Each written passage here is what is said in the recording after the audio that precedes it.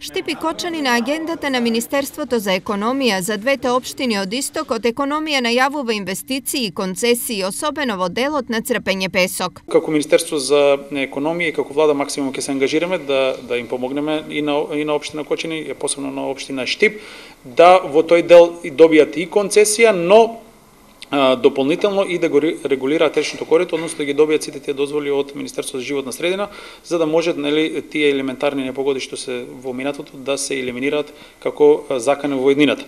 Ова е одговорот на Министерството на делот барањата на штипскиот градоначелник. Општината има потреба и од користење на одредени градежни материјали, да добиеме концесија за користење на градежен материјал, посебно на песок, кој користиме за уредување на реката Отиња.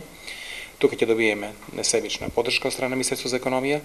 Дополнително, кога во прашање се Štip и Кочани, се најавуваат и активности за развој на бањскиот туризам.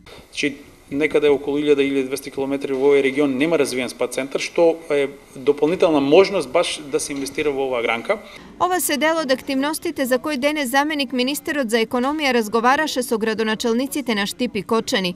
Во двете општини тој дојде заедно со директорот на државниот пазарен инспекторат. Да се види на кој начин да бидат координирани нашите активности заедно со комуналната инспекција, со градоначалникот, со општината, со цел да се спречат нелегалните трговци, понатаму да се стимулира почитување на позитивните законски прописи и да се стимулира работењето во кое што ќе се елиминира нелојалната конкуренција. Сепак, она што двете општини најмногу ги радува се најавите за нови инвеститори. Особено интересна за нив била ТИРС Štip и наскоро се очекува заинтересирани компании да дојдат овде.